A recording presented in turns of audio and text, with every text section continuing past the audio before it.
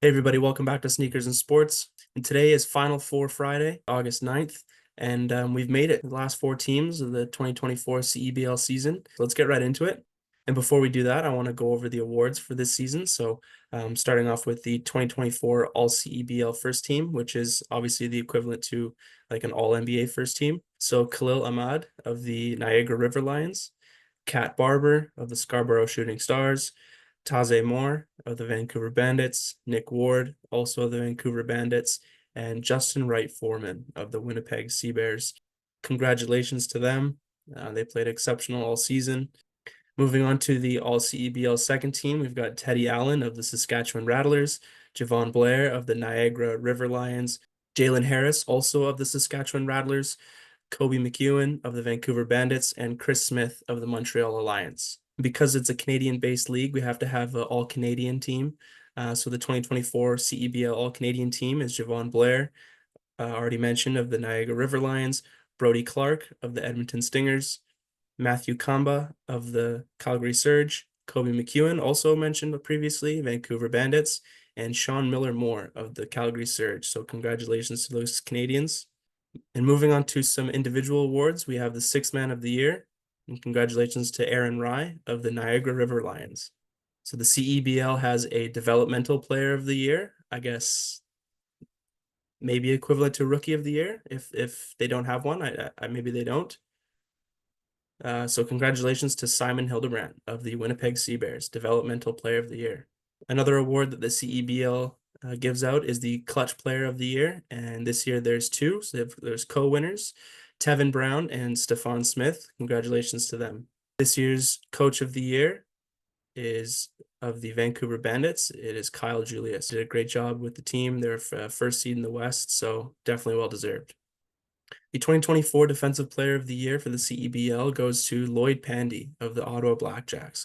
Played some lockdown defense all year. And so from that all-Canadian team, we have the 2024 Canadian Player of the Year, which they've given to Kobe McEwen of the Vancouver Bandits. And then to wrap up the awards here, we have the MVP of the 2024 season, another Vancouver Bandit. So the Bandits have done well in the award season, is Taze Moore, the former NBA player.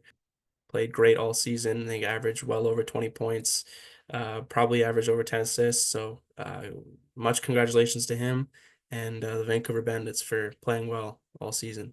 So let's get into these conference final games, shall we? First up is the Calgary Surge against the one seed Vancouver Bandits. The Calgary Surge were actually the third seed heading into the playoffs. They upset the Edmonton Stingers. I see this game being very competitive. However, I do believe the one seed Vancouver Bandits will pull this out. I believe that their firepower and their overall coaching and MVP play by Tajay Moore is just too much for the Surge to handle. Not being biased here, be a little. But yeah, I think the Bandits are going to pull it out and head off to Championship Sunday. And then as for the Eastern Conference final, we have the hosting Montreal Alliance against the one seed Niagara River Lions. And now, as mentioned in my previous video, if you've already watched it, if not, again, check it out.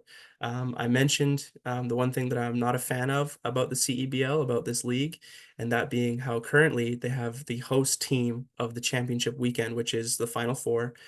They automatically get a spot in this Final Four. So the Montreal Alliance was actually the lowest seed in the East this year. But because they're hosting it, because this season it was announced that Montreal is the host team, they automatically get a berth. So, congratulations to the Niagara River Lions for being the one seed and playing their way in. That is something that I would like to see change, but yeah, it is what it is for now. That is the game to be played. They have the home court advantage, Montreal does, but I don't think that's enough. I think that there's been enough games played throughout the regular season that there is a big difference between these teams. That Niagara is the better team, so I think they will win. And I think we'll see both number one seeds in the Sunday final. Pretty good matchup, kind of what we would want. As far as the winner, who I'm going to pick, it's a one game championship, so it's not a series. One team could be playing great that day, one team could be, just missing. So it's hard to say. I'm gonna go with Niagara. I'm gonna kind of hedge my emotions here a little bit. I'm gonna pick Niagara. And then if Vancouver wins, obviously being from BC, that'll be cool. But yeah, both teams deserving. I think Niagara maybe pull off the slight upset, if you want to call it an upset. Because we just talked about how Vancouver won a lot of awards. They have the best coach, they have the best player, they have the best Canadian. But yeah, I'm gonna go with the River Lions. I'm gonna say that the East takes the crown for the best team in Canada. And yeah, that's it. Hope you guys enjoyed the video, and we'll see you soon. Take care.